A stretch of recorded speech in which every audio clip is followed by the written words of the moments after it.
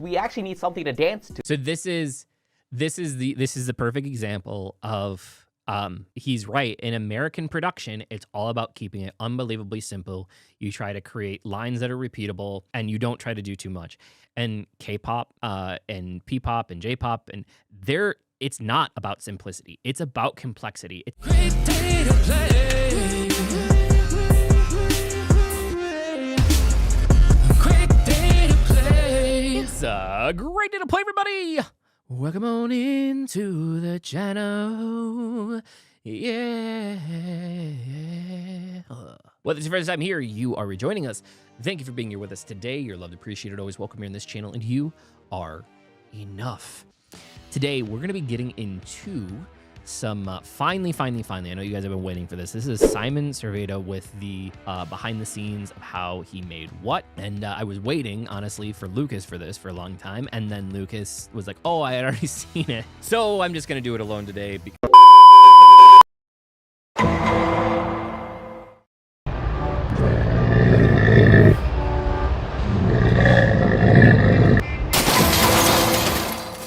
Brad's running with a camel could have haunted him forever if he went in alone. But by choosing Morgan & Morgan, he would never have to be alone in the process.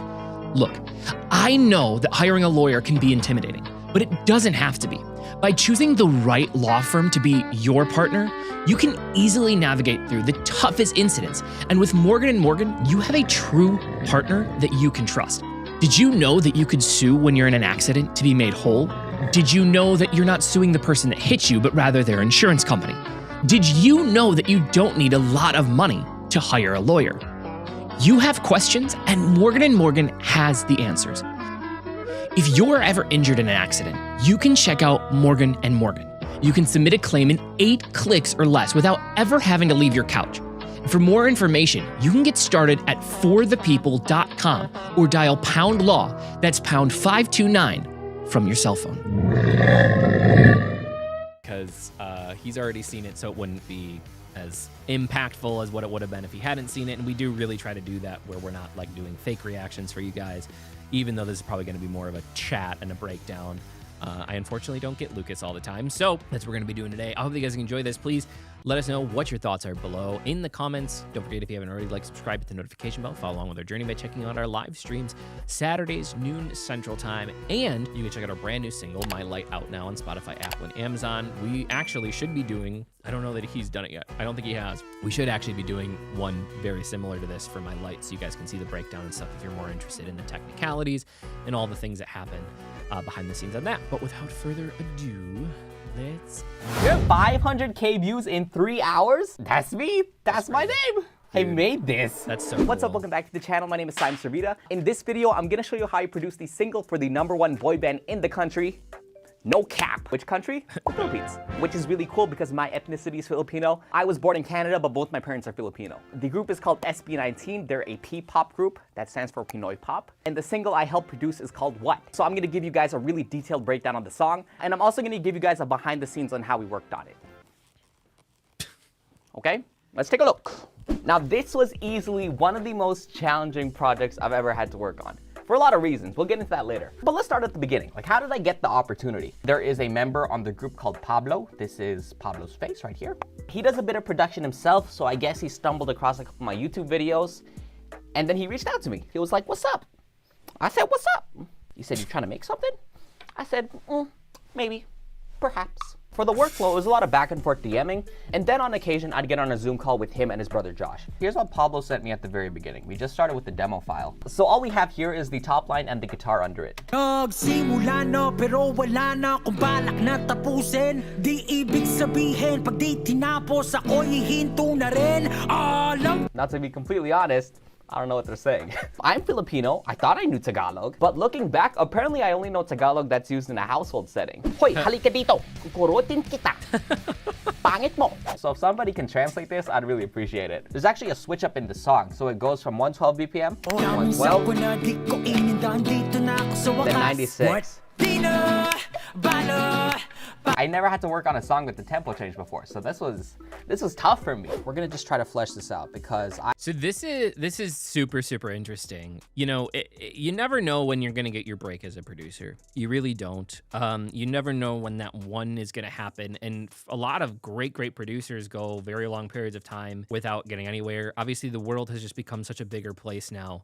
Bigger in some senses and smaller in some senses due to the fact that, like, it's bigger because I think that it's easier for people to outreach to others. It's smaller in the fact that, like, you could just reach out and, like, somebody from a different country could contact you and be like, hey, I want to do a song with you, or I want to use, I want to use a beat that you have or something like that. And so there's a lot of cool stuff with that.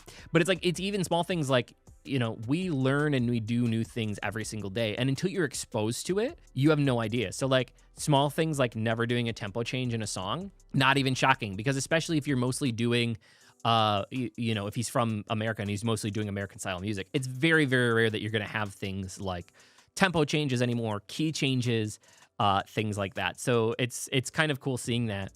And then like also getting songs from people. I don't think people realize like how much producers generally will actually do. Sometimes they're going to get something full, but a lot of times it's just going to be like this. It's like a melody line, some words, some vocals, and then maybe if you're lucky, some chords in the background that might go with the song. And then your job as a producer is to take all of that and make it into something. There are other times where you're actually going to be writing everything up front and then you're presenting it to other people in order to put melody and stuff in it later. So there's a lot of different ways of doing it, but it's kind of funny. Just hearing him be like, oh yeah, I'd never done something like this before, because you don't until you do. I listened to this once and I'm already really stuck. Like, how do we get back there? That's a... Yeah. Pare-parehas lang tayo may pagkakaiba, diba? Ika nila ibang mundo nila hatas. What? And then the chorus, which is 96. Oh, I don't know how I'm gonna do this. Interesting, he uses a sequencer. Okay, so this is cool. This is some cool teaching moments. So this is called a sequencer. And I don't know if you guys can see my arrow right now. Maybe Ed can zoom in when this finally gets edited. And if you guys have questions while we're doing this too, like feel free to answer them, because this is kind of one of those videos where it's kind of cool seeing how we're doing this in a live setting. If you guys have questions about it, then I can answer them. But this is called a sequencer. This is a normal editing route. So, man, I wish like I had my own to pull up for you guys, but if I pull one up, it's going to screw everything up right now. Normally what will happen is if you're editing it here, you have, in this case, this is a 4/4 song, so you have 4 beats per the measure.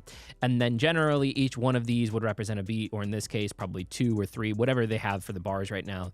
But instead of having it where he's going to be editing it like that in like an actual editing format, a sequencer does exactly that. You can put things in here and it does sequences. So each one of these is a beat. So here's beat 1, beat 2, beat 3, beat 4. Second bar, beat 1, beat 2, beat 3, beat 4. And then you can just put what you want to happen on those. So instead of having to write them in manually or play the instrument manually, he is instead writing them into this as a sequencer and then putting it up there. And this is a pretty normal pattern.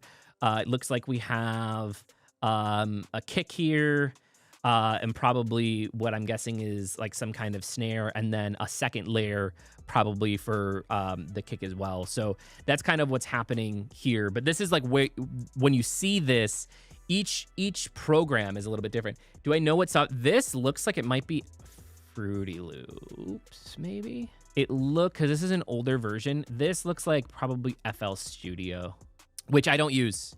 It's one of the few that I don't have experience. To be fair, when it comes to production software, they're almost all the same. They just do slightly different things. But like, if you know how to write in one, outside of having to relearn some of the commands of like, which one's the record button, which one brings on your click track, which one duplicates a track, like outside of learning the new commands and like where you click for those, they all do the exact same thing. If I open up any of the programs that we use, which I generally do a lot of my writing personally in Logic. I like writing in there just because the Logic's initial base of libraries that they have for instruments on top of the ones that we already have, for me, is easiest. I also will sometimes record vocals into Logic because I like the way that you can comp vocals in Logic. So I'll do a lot of writing in there. When it comes to tuning vocals, though, like Logic is a little bit inferior. We use Cubase a lot, which is what Lucas actually prefers to write in. And Cubase, what I like about the vocal editing in Cubase is when you move a vocal. So this kind of confusing.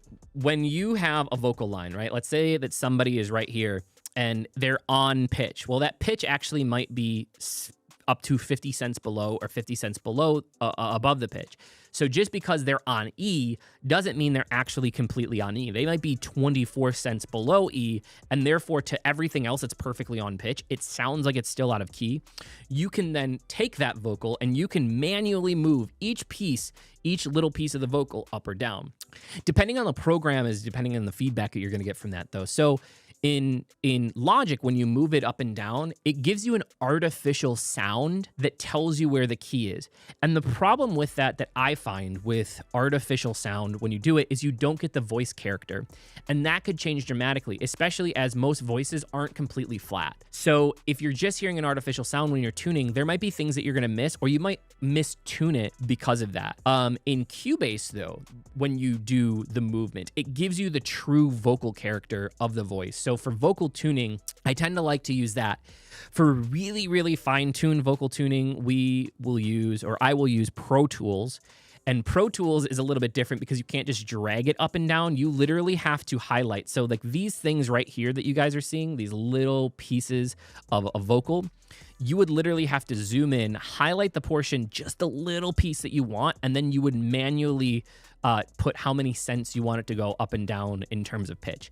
So it's much more taxing to do it on Pro Tools, but you can really, really fine tune it on Pro Tools. And then it's pretty easy to do on Cubase. So it really depends on what you do, but really you can do the same thing on every one, and every single one of them will have different ways of doing this. You can edit it in line here, which I'm sure you're gonna see some of him doing later. So like for instance, so here we could open up like each of these individual ones and it would bring up like a different screen where we could go in and edit it that way. This is called MIDI. This line right here. So these are actually, if you would open up this roll right here, this would actually bring up like it looks like a piano over on the side, and like it'll show you what key, like what actual notes those are on. So that's how you're writing these. And then what he has back up here again, this is a sequencer, and sequencers can be used. I know a lot of people will use sequencers for drums, but sequencers can also be used for pitch. So instead of having like, I've done this, especially when writing some like house music, techno music, synth style stuff.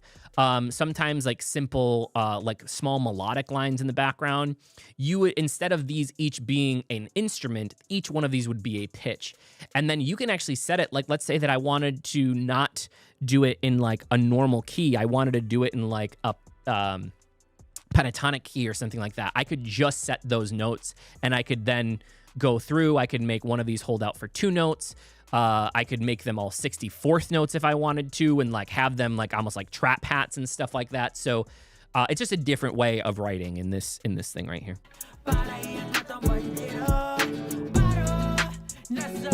Okay, this is cool.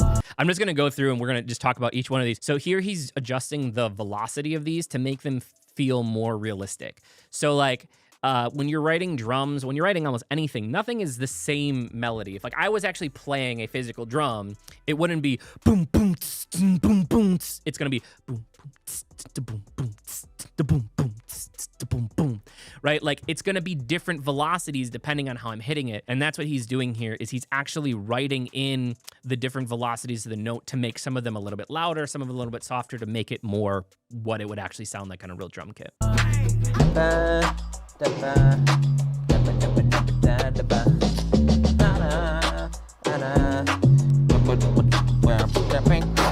This is the more hip-hoppy part. I don't know if this is supposed to be the rockish part. So I sent him that first idea and it was pretty much wrong.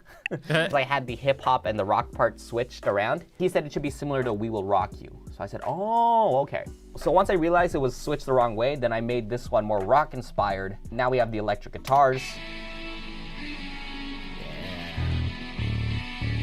And then I'm also trying to like keep it a little bit modern, so I use more hip hop sounding drums.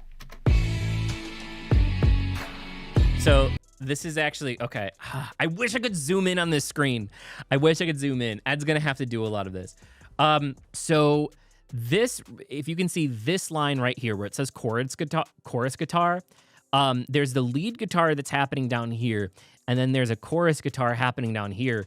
This is all fake. Like, none of these are real instruments that are playing. These are all just plugins that you use to emulate an instrument, and he's just writing in the way that that will sound on here, which is really, really cool. And I don't think that people realize it, like how much work has to go in for you to write a guitar chord in instead of just strumming it. So you do have to have a little bit of knowledge there. Second question, you mentioned FL Studio, Logic Studio, and Cubase softwares. Is that right?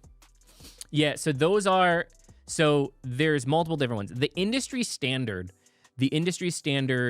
when for like professional mixing, mastering, editing, industry standard is not Logic. I'm sorry, Pro Tools. Pro Tools is the industry standard. Most places, like if you wanted to, as a producer, get a job at a like large studio here in the U.S., you better have the Avid Pro Tools knowledge. And the reason that a lot of people, especially producers as they're starting out, the reason that most people do not use Pro Tools is because Pro Tools is nothing like this program. So this sequencer doesn't exist in Pro Tools, okay? Like, you'd have to bring up a plugin for that. All of these things up here where it's like kind of doing things for you, loop libraries, all that kind of stuff. Even the fact that like when he first brings this up, it's automatically going to have like a master track. It's like all he has to do is drag this in here. None of that exists on Pro Tools. When you open up Pro Tools is a blank slate. You have to set up everything from your audio tracks, whether you want your audio tracks to be mono or stereo, whether you want a software instrument track in there, even your stereo out tracks, your bus tracks. Everything you do has to be set up manually. Other programs then are a lot easier for people to starting out. Logic is very, very easy because it does a lot of the things for you. If I wanted to go and I wanted to create a reverb send track, I literally would just go and click on the send button and it'll create like a send track for me automatically, and then I just put like a reverb on it. And a send track, by the way, in this context, for those of you who don't know what a send track is you have different plugins that you will use on tracks, and each one of those does something different. So on a vocal track, you might have reverb on the vocal. I'm just going to use that as a example, and maybe you'll use some delay on it. That's going to sound like this. So right now, if you listen to my voice, there is a slight delay and there is a slight reverb on my voice right now because we have that set up for when we sing. That's something that you would take yourself and you would design that on a track. So you would click on the vocal track and you'd click on the plugins aspect, and then for effects, you'd go down, you'd find the reverb of your choice. You might design it differently. You might design the dry and the wet signal, which is how much of it goes through. Well, if you were to take the that same reverb and you have 20 different vocal lines, because especially as you keep going, you're going to have all of these different vocal layers, and each one of those layers might have 2 or 3 layers with it. If you were to put that reverb on every single one of them, your computer has to process every single one. So instead, a lot of times what you'll do is, instead of putting it on each and every one and your computer's going to freeze up, you will take that reverb and you will put it on just a separate track, which is called a send track. And then you will send the vocal through that send track. You would send all the vocals or anything you want to go through there. And then for each individual vocal, you will adjust how much of that reverb you'd like to come through on there. So what it does is it ends up not only saving you resources on your computer, because your computer would just shut down once you start getting into these big files, but it also then will make sure that the reverb that you're using on all of your vocals is the same. There are times when it's going to make sense to use different types of reverb on instruments for effect, but most of the time you want to make sure that your reverb all sounds like you're in the same room, because that's really where you're getting that effect from. If I was in a huge cathedral and I was singing, that natural acoustic that comes back at you, that reverb that's going to come back, is going to be different in that space than if I'm in, say, a bathroom, because of how big that space is and how it's bouncing off and reflecting off of whatever it's reflecting off of. If I, though, put one on one vocal that sounds like it's in a cathedral, and another one that sounds like it's in a bathroom, and another one that sounds like it's in some open hall, those things are going to conflict with each other because they're going to be coming at different ways. So generally, it's a way also to make sure that you're getting all of your vocals and everything tied in to one. So That's what, when I'm talking about send tracks, that's what I'm talking about with that. I'm trying to go through this one by one for you guys whenever I say something and realizing that you guys probably don't know what it is that I'm saying. So, and then each one of these is just a stem. So he's going to continue to build on these and build out. This is also why, if possible, I love working in person with artists, because you never know if they're going to like an idea or not, and you can change them in real time as opposed to doing it all and then having to redo it. But all right, let's go back a little bit to here.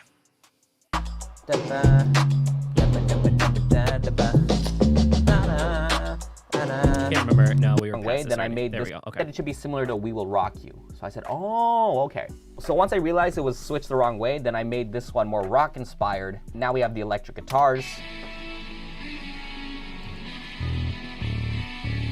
And then I'm also trying to like keep it a little bit modern, so I use more hip hop sounding drums.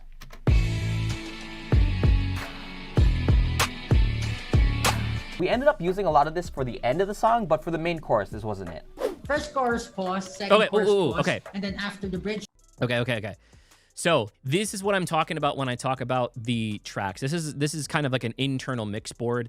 When you guys see movies or when you guys hear of like what a studio looks like, you probably think of those ginormous mixing boards that have all of the levers that go up and down, and that's an old analog board. And then you would assign things to each one of those tracks. We do it a little bit differently here because we're in a new age. So we have some analog equipment, and then we do everything digitally on a digital board that's on a screen that we can pull up. And this just basically does the same thing. You can pull these up and down.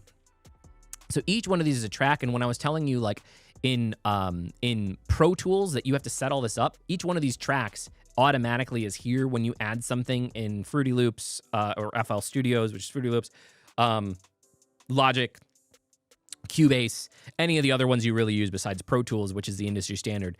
These automatically show up, and you have to do all of that manually in the other one. Chorus, pause, and then another chorus with continuous beat, like the happy one. It's funny because you probably heard me and a bunch of other producers say, simplicity is key, keep it simple. Don't want to do too much. But for them, it's the complete opposite. They want everything. They ask for a lot more complexity, which is like really refreshing. Pablo told me usually in K-pop and group songs, whenever there's a change in member, then there's also a change in sound. So for this group, there's like 5 members, so we're really changing it up every 8 bars or so. There's a part later on in the song where they do a dance break, and they told me, you know, you can go crazy because we actually need something to dance to. So this is the perfect example of he's right. In American production, it's all about keeping it unbelievably simple. You try to create lines that are repeatable, and you don't try to do too much. And K-pop and P-pop and J-pop, and it's not about simplicity. It's about complexity. It's not just about the vocals shining through. It's about the whole song as a whole and it telling a story. And that's ultimately why Lucas and I love doing that. And we don't get to do a lot of it here because we don't have groups like that here. That's not what people are making here. They're making simple stuff, which again, it's fun to do, but this is, like he said, it's fun to do something like this. It's extremely hard, and that's why most people don't, because this song, he could have probably popped out 10, 15, 20 simple tracks for other artists that were just simple artists, as opposed to this one track. It probably took him the same amount of time to do one track that he could have popped out 15 or 20 for somebody else, because they are very, very, very complex. I'm giving you the perks, I'm giving you the fills, I'm giving you the slides just so that they can do a little of this, do a little of this. Let's take a look at some of these demos. I also had a lot of trouble figuring out the verses, just because the tempo 112 is in this weird spot where it can sound good either half-timed or double-timed. It can be slow like this, or we can make that twice as fast with something like this. Let me show you some of these attempts. Nagsimula na pero wala na akong balak na tapusin. Di ibig sabihin pag di tinapos ako'y hihinto na rin. Oh, this attempt was weird. Listen to this one. Paligaya nila, pikit ang mata, ang tama wala. 20-20, paulit-ulit, intelihente. Completely different feel. Ngunit basag galente, pinulit-ulit, hinubog ng dalagang baka sirit. There was around 10 arrangements, and I think at around arrangement 5 is when we had a good idea of what the song's gonna be. And then after that, it was just fine-tuning, fine-tuning, fine-tuning. For the verse, we ended up going with this really spaced out brass melody. We layer that with this high lead thing. For this one, the drums are really simple because we wanted to drop it halfway in. Natapusin, di ibig sabihin pag di tinapos ako'y hihinto na rin. Same pattern as this one, the first one, but this one is like cut, but this one is continuous. So. Gotcha. Ng aking basura, pupulutin laging dala. Kahit saan pa ako mapunta, dapat sa lupa, aking alam mo na. And then during the second half of the verse, we have the brass melody that does a lot more.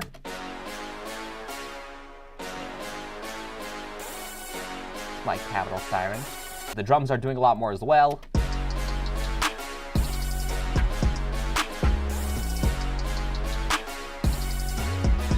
For the second verse, it's really similar to the first verse, except we got rid of the brass and instead we just replaced it with every single percussion known to man.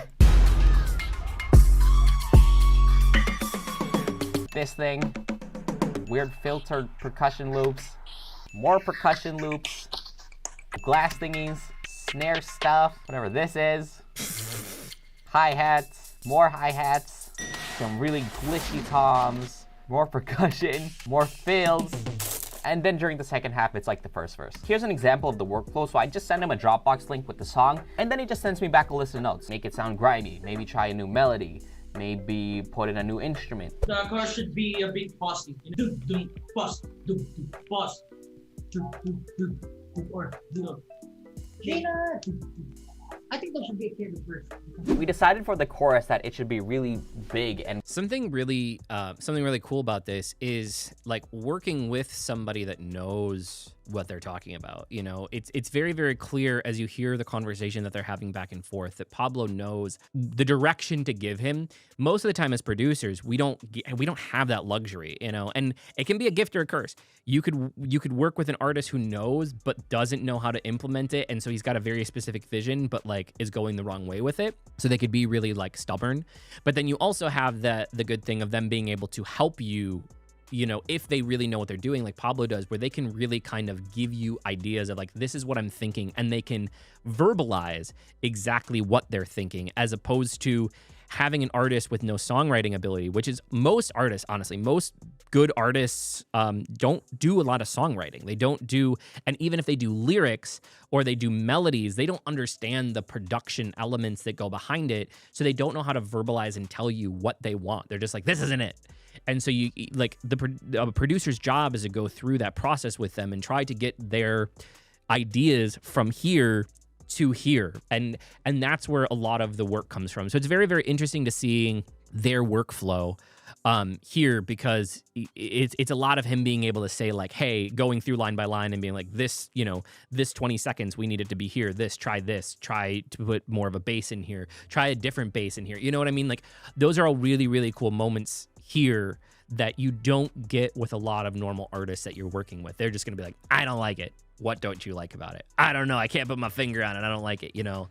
And so those are all things that that happen. But this is also, you can start seeing how big, and you can't even see to the top or the bottom of this, but you can start seeing how big these tracks actually get, because a lot of times you're writing all these little itty bitty pieces, right? This little vocal chirp here, this little melodic line here, like all these things, they have to like be built from the ground up, and you don't realize how many of them you end up having until you start getting into it. And kind of cinematic. So I added these massive, massive toms to just kind of drive the rhythm. Cool. Sounds very militant. And then everything is kind of just following that.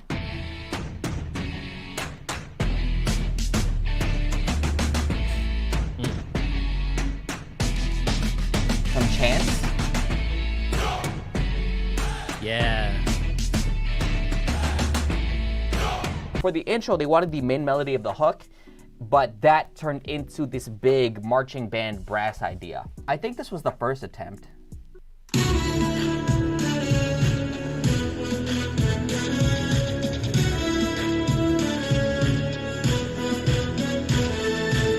then he said it sounded a bit. I'm also I'm sure that this is something that they had worked out in advance, that he probably said like, hey, I'm willing to do this for you. And they probably worked out some deal, but I want to be able to do this, because there is a lot of groups that don't want to show you how the sausage is made. There's a lot of people out there that don't want you to see the process, right? They're very secretive. So it is very cool here that they were very, very open about him showing all of this stuff on his channel. Like I really like that. Too happy. It should be a lot darker. So what I did instead was I kind of rewrote the melody. So this is a perfect example of what we were just talking about here. So I think there should be 4 more bars or even more before the chorus melody comes in, like a marching band closing in. It shouldn't sound like happy band. It should sound more like death marching band. And maybe instead of trumpets, use brass hits so there's grip. Like these are things you're never, like these types of edits, you're never going to get from somebody that doesn't understand production and songwriting a little bit. Like this is something of clear understanding of production when you get an edit like that or a note like that. It should be a lot darker. So what I did instead was I kind of rewrote the melody so that it sounded a bit darker. The original melody is like this. And then what I did was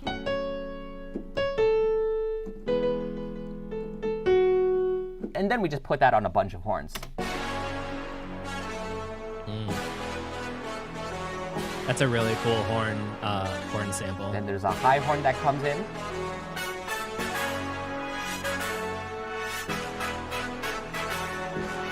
And then just some marching band style drums to go with it.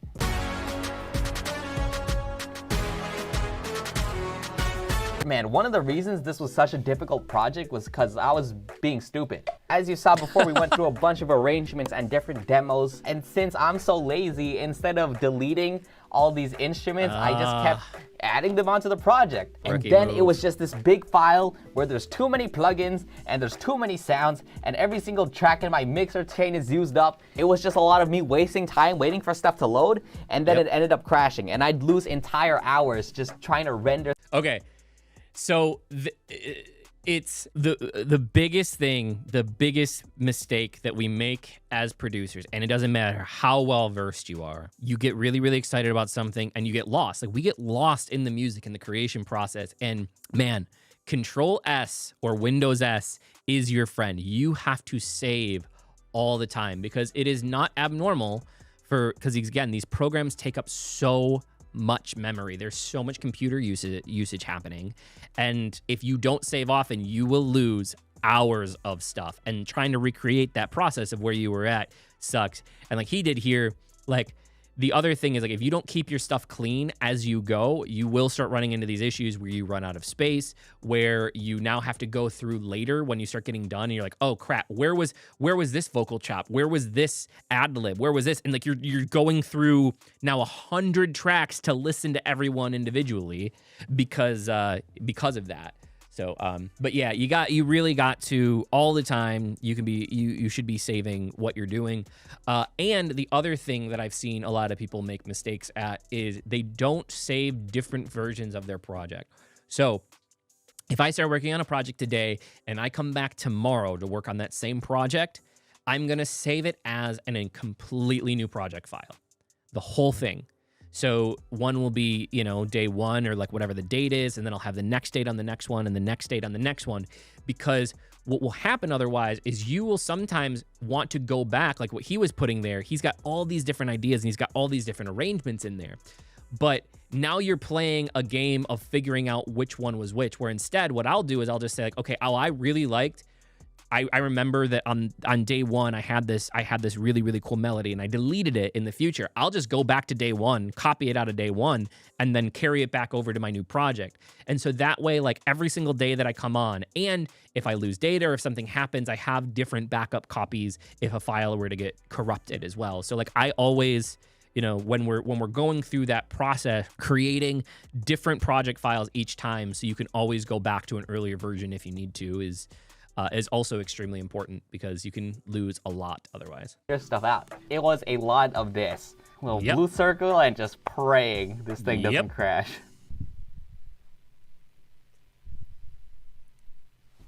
He's had a lot of plugins. I don't think this one's gonna open.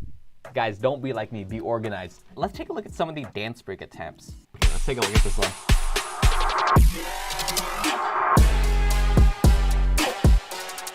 Cool.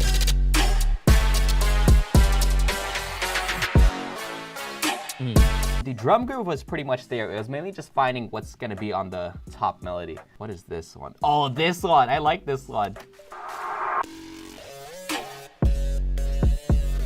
That's cool. I like that synth. Oh, this one is hard. Then they wanted the dance break to be twice as long, and they told me during the second half, just kind of go crazy on the drum arrangement. I ended up doing this thing where like the first half is trap, and then the second half is more of like a reggaeton deal.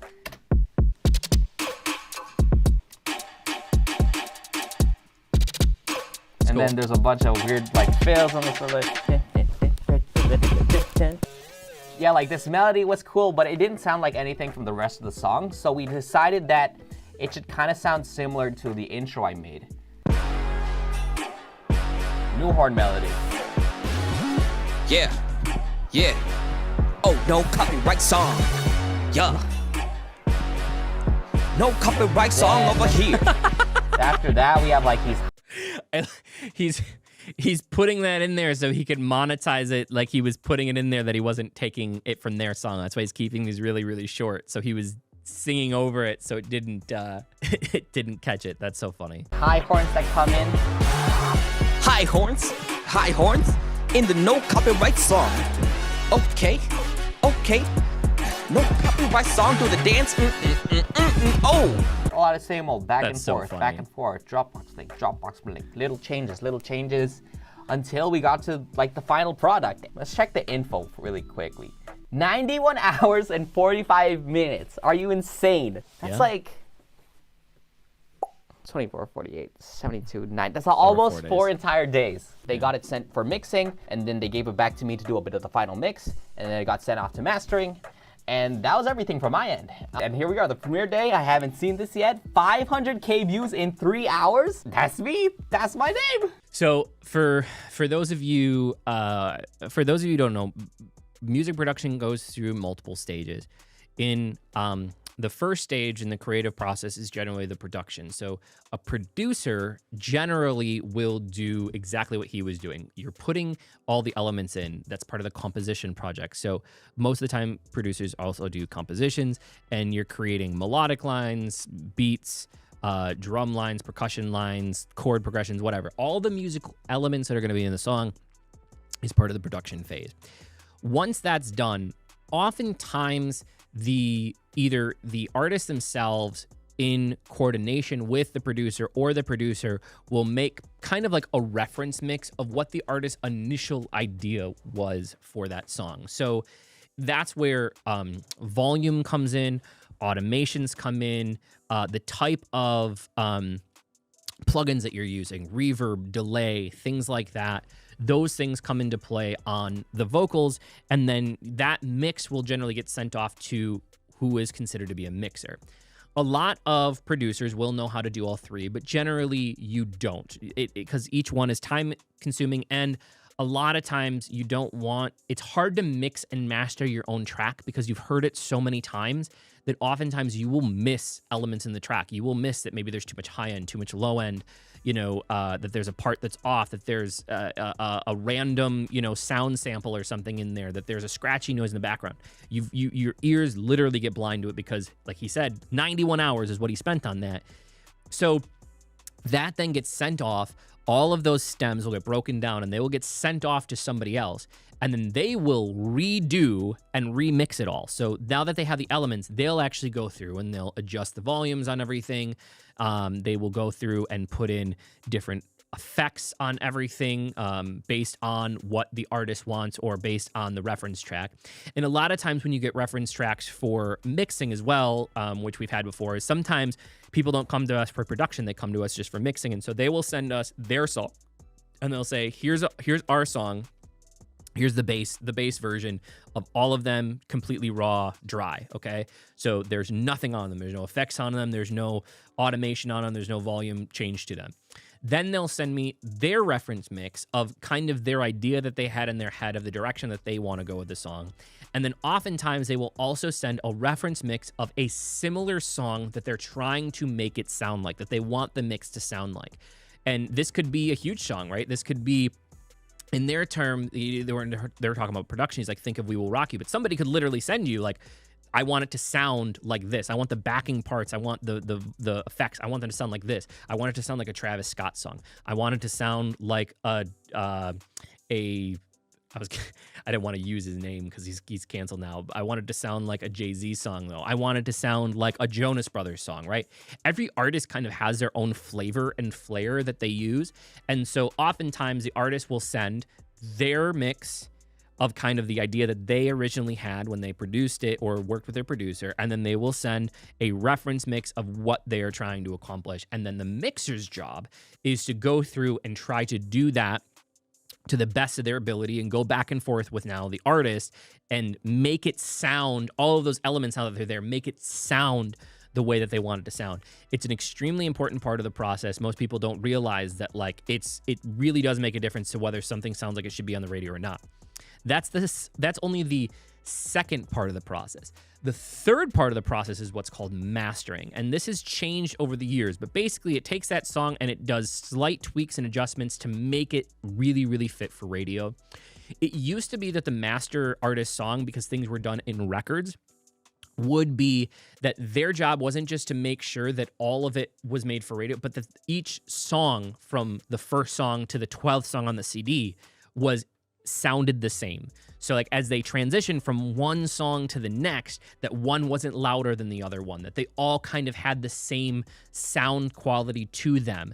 And then to make sure that when they actually created the CD that it was all there. So there's multiple different elements, and oftentimes when you see it, you'll see production, you'll see mixing engineer, you'll see mastering engineer. Sometimes you'll even have a different recording engineer of the person that actually was in the person in the studio that recorded with the artist. So there's all kinds of different elements that go into that. How do producers get paid? Is it by project, by the number of hours spent on the material? Remember, that's a good question. There's a ton of different ways that producers can get paid. It really, really depends. Sometimes to me, there's a difference between producers and beat makers. And there's a whole argument to be had about this. Producers, to me, are doing what he's doing, where you kind of really, really work back and forth with the artist to create something of what they want. You're working on it with them the entire time. A beat maker, a lot of times, though, is somebody that like just makes those backing tracks of what he was working on and then puts it out there for sale, and then people can just buy that beat from them. Okay. They don't really do a lot of the engineering aspect with the artist. Now, those individuals generally get paid based on the track itself. Oftentimes, all they're going to do is they're going to sell it. Okay. And the payday comes in the form of, right now, in terms of like BeatStars and stuff like that, you could go and lease beats, which literally, I know it sounds weird, but like you could have a beat and 20, 30, 100 people could be using that same beat, and then they lease it from you. So it's a non-exclusive right, and maybe they charge $40, $50, $100 a piece for up to 10,000 streams, and after 10,000 streams, they have to renew the lease on it. And then somebody could buy the exclusive rights maybe to that song for $20,000 for that backing track. And a lot of times, this is where a lot of big artists and rap stars and stuff like that, they're going on to BeatStars or places like this, and they're just buying a backing track from somebody, so they don't have to pay them percentages. They buy the exclusive rights to it, and they pay them an upfront fee, and then the producer then forgoes any additional money that they would have. Another way that the producers get paid, which for a lot of people, this is kind of the way that it'll work, is they will split percentages of the song. So, for instance, depending on how much songwriting each member has in that process, you get paid songwriting credits on the front end and you get paid master credits on the back end. And oftentimes that's the producers will get like a percentage of that. Then that percentage is something that's negotiated based on the record label, the artist, how much work goes in. So it really, really depends on that. But it is a negotiated process. It could be 50, each side splits 50%. It could be if there's multiple members of the group. So like SB19 might just have a contract, but let's say that you're working with 5 people and they're from 5 different places. Then the royalty splits literally when you start a deal, if you're an aspiring artist or music producer or whatever, and you're watching our channel right now, you're like, friends don't exist in music like in this regard, okay? Never, ever, ever say, hey, we're friends right now. Let's just trust each other and go at it. It never works out. I promise you. I promise you. Every single time that we sit down with an artist, if we have a new artist that comes in a studio and they want to work with us and we're going to be writing a song for them, if they're not just paying us for services to like record something for them and give them it back, if they're coming in and we're going to be writing, the first thing that we do is we sit down and we fill out what is called a split sheet. And in that split sheet, it's going to list every single person's name that's going to be involved in that process. If they have a BMI number to register it, what that BMI number is. And if they don't have either BMI or ASCAP number, they need to get one or need to be registered for one because they're going to have to get paid, what everybody's split is and what their contribution was to it. And every single person that's involved in that will sign that sheet so that everybody knows exactly who's getting paid what. Because it is something you never ever want to do afterwards, and you never want to know who owns the rights to your song or what it is, okay? And that includes your front-end songwriting credits and also the master credits. Who actually owns the copy of the song? You know, if you're a starting artist and you don't realize that that's how it works, you go into a production shop and they agree, they're like, oh, well, we're going to produce this for you for free. And you're like, oh yeah, I'm going to have my song out there. And like, okay, we're going to give you 50-50 split on the songwriting credits. But they own 100% of the master and you didn't get any of the master, they could decide never to release that song and hose you because they own it. They own the right. Like, you would get songwriting credits if it was being played, but they own the actual physical copy of the master of the song. They can hold on to that. And so all of those things are things that get pre-negotiated. So yes, like royalties and things like that. That's a lot of times how it will be. So sometimes it's upfront payments, sometimes it's royalty payments, and sometimes it's a mixture of both.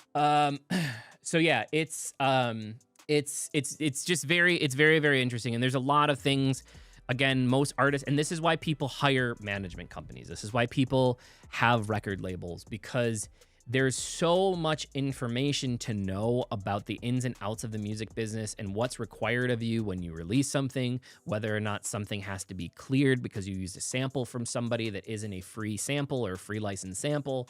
Like, there's so much that goes on behind it that it's very, very easy as an artist, though, to get screwed over because you don't understand it. And if you don't have money as an artist and you're just relying on people and you get like, I don't know how many artists or people that I know that like got record deals and they were like, oh, I'm signing with so-and-so, and they get screwed because they sign a 5-year, 10-year contract with that record label because they're just so excited to do it, not realizing that they don't own any of the rights to their music and that they're an exclusive contract that they can't get out of. And now all of a sudden as an artist, they're fighting and waiting. They can't re-release as a new artist. This is actually one of my instructors from when I was at LA Film School. They were in a situation where they had a band that started making it really big here. They signed with a record label. The story goes, the record label's owner, I don't remember if he was cheating on his wife. There was something happening where he was like doing something untoward, and he ended up having an issue, and literally the record label ended up going like belly up. But the way that the contract was written is that they ended up having to uphold to that contract that they had. So they were not allowed to release their music, and they were not allowed to re-debut as a group in the US. So they ended up moving, I think he moved to Brazil. They ended up having to move out of the country as a group and as an artist to perform there and try to get into the music scene there, because they were not allowed to for 3 or 4 or 5 years, whatever it was. They weren't allowed to do work here as artists. And then once his contract was up, he ended up coming back. So it's like, you know, always read the fine print. If you can't afford an attorney, like, you know, there are always ways, there's always people to reach out to. There are always ways that, like, sometimes attorneys will like do things after the fact of like doing percentages and splits and stuff like that. But like you always want to double check. Have your, like, if you can't afford somebody, find the smartest person that will give you free advice, that knows something about reading contracts and network. And that is, it's so important because too many artists get taken advantage of. So many artists give up so much of their rights to record labels, and they're paying them off for years and never make a single dollar. I saw somebody say cough K-pop, and yeah, it's, you know, they don't realize. And to be fair, the record labels are fronting the bill, right? But if a record company goes and let's say you got 7 members in your group, and a record label goes and puts out, they sign you up to a deal. They say, hey, we're gonna front you $100,000 to create your album. We're gonna front you with $100,000. Within that, you need to use this producer, and you're gonna have this much, and then whatever you have left over is it. That's a lot of times the way that it works in America. But with a lot of these groups that are in these huge ones that have management companies on top of record labels. So, for instance, we just watched Vision. Vision has a record label now called Republic Records. That record label is fronting a lot of the cost, likely for their music videos, for them to produce music. In addition, they also have a agency, whether it be a talent agency or a management company that's managing them, that is also probably fronting some of the costs of the members. So at the end of the day, the record label, when let's say that they release a song, and I'm not saying that this is the way with Cornerstone. I'm just using them as an example because people can see that there's that there, okay? I just want to be very clear about that.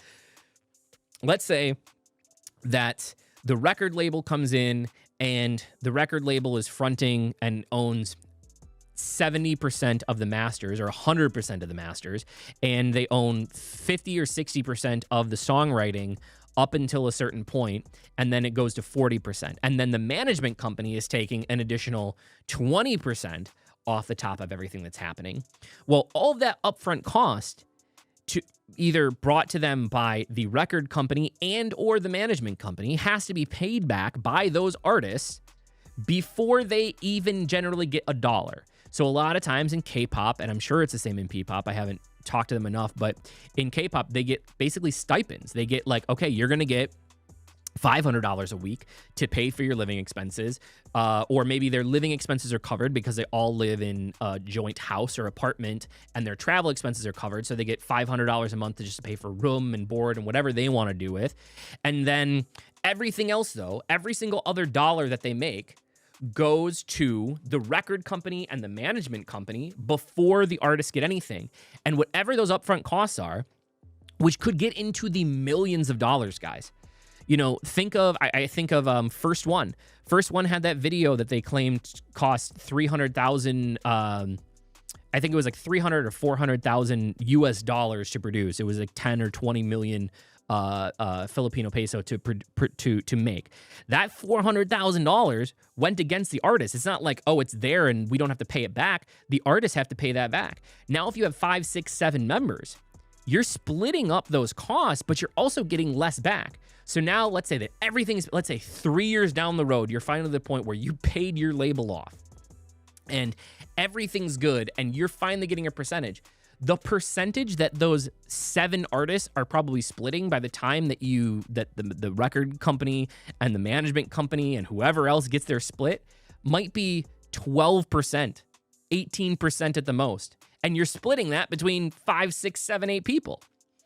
So I don't think that people realize when it comes to these huge production elements, especially once you get into the K-pop and the P-pop and the groups, there's a reason why American companies don't really go for like boy groups and girl groups anymore, because there's not as much money in the record sale aspect. They have to focus on live performances, on merchandise, on other ways to bring in income rather than just that.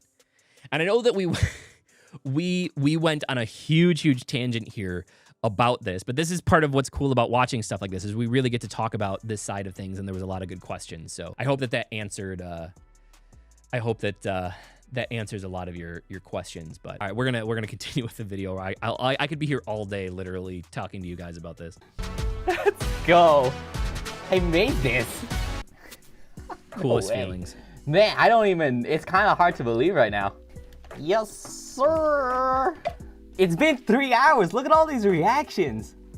I gotta watch all of these. This is gonna take up my whole day. Their fan base is insane. Oh my Guys, how come you guys don't do this for my videos? Yeah, that's gonna be the end of this video. I don't know what to say. It hasn't really sunk in yet. This is like the biggest project I've ever been a part of. Yeah, it doesn't feel real. I have to give a big thank you to Pablo for giving me the opportunity. Shout out to everybody who worked on it. If you want to see the full video, that's gonna be in the description. Just do a little favor for me and blow it up. If you're wondering if we're gonna work again, the only thing I can say is maybe. I don't know. Perhaps. I'm gonna watch more reactions now. If you have any suggestions, leave a comment. If you like this video, leave a like. If you really like this video, subscribe. If you didn't like this video, leave. Just leave. Get out of here. Wait. That's actually really I funny. always wanted to do this. Do a little of this. Just a little smirk That's so emoji. cool. Just a little, keep it real subtle. Like I'm so damn cool. That's so cool. Whatever. Just made this song. Produced it. Whatevs. Okay, very, very cool. I did want to point out something else that I caught in here that's interesting. This is also interesting when producers come in all shapes and sizes, and we do the best with what we have in terms of the environments we have. One of the things that obviously we want to do as producers is we want to put ourselves in the best space to be able to hear the different frequencies and the things in sound design. There are multiple different ways to set up a room, but generally when you set up a room acoustically like the one we have, you want it to be longer than it is wide, because it's the way that sound travels and the way that it bounces back at you. And then you also, if you can, don't want it to be like a perfect square. Like if you can have like cut off edges or like edges that go in, like a lot of the rooms won't be symmetrical. It won't be like a rectangle. It'll be like a parallelogram almost, where it's like kind of offset because of the way that sound travels. And I just say that because his room is actually set up, his mixing room of where this is actually set up the opposite, because it's just the space that he had and he did the best with what he could. But it's always cool to see, and people don't realize, like, you can do so much now without having to have a professional space. I always think of Billie Eilish's whole first album that her brother did was literally done on a cheap 2-up Focusrite audio interface and a laptop in her room. Like that's where it was recorded, mixed and mastered. And so I just thought it was kind of cool here just to see that like, you know, this is somebody who clearly has a passion for doing this and didn't have the professional space to do it, but you don't have to. You really can do a lot with this. Now, this would not be a good room though if you're bringing in people to do vocals and like trying to do, you know, engineering there for bands and groups and stuff. This would be a terrible room to do this. But for mixing and mastering, he's set it up, put some of the wall panels up and things like that to at least try to make it as acoustically pleasing as possible. And then you just wear headphones a lot to try to make sure that you're getting all the sound stuff in that you need to get in. So anyway, before we end this, because this is a super, super long video, this is really, really cool. I'm going to open it up and leave it up to any questions. This is going to be a very, very long video by the time this comes out, but I'm sure that people are going to be entertained if they like sound design or anything like that at all. Yeah, I would love to sit down and talk with him. I know a lot of people have recommended that I try to just reach out and we could maybe just nerd out and talk about some of this stuff, but I feel like it'd be really cool just to talk with him. I like his ideas about sound design and how he approaches it. So it's very, very, very cool. Plus he seems like he's a cool guy, which is very important to me. I like cool people. This very, very long, hour-long video. I'm almost glad that Lucas wasn't here. Could you imagine how long this video would have been if Lucas was here? We just had like a whole 4-hour stream just about this video. I've said this before, Josh. Thank you for always being patient and explaining and educating us when you do reactions. This is what sets you apart from other reactors. Thank you, Salamat. Oh, thank you so much. I appreciate it. It's cool. I like sharing my passions and my love for some of this with all of you. And I just notice more and more, I try to really stop because there's so many things that we discuss or we talk about or that he even discussed and talked about here where there's elements like it's cool seeing what he's doing, but if you don't know or understand it, you don't know or understand it. So I love being able to do that and kind of nerding out with you guys and, you know, explaining all those things. So thank you guys. I do really, really appreciate you all being here for this one. I hope that you guys enjoyed this. Please If you're still here watching this after an hour, thank you. Leave your comments down below. I do love reading them. If there's more stuff that you'd like us to do like this, please let us know that as well. Like, subscribe, hit that notification bell if you already haven't. Follow along with our journey. Check out our live stream Saturdays, noon Central Time. This was actually a pop-up live during the week, so if you make sure that your notifications, everything are turned on, you'll be able to make sure that you don't miss any of that. And if you're waiting for your secret code, let's keep it music related for this one. We're gonna go with keyboard music note. I'm 99% positive there's a keyboard there. So keyboard music note, like a little piano emoji kind of. That'll be fine. If nobody told you that they love you today, please do not forget that I love you. You're appreciated, always welcome here in this channel, and you are enough. And last but certainly not least, it was great to play. Thanks, guys. I'll see you in the next video. Bye.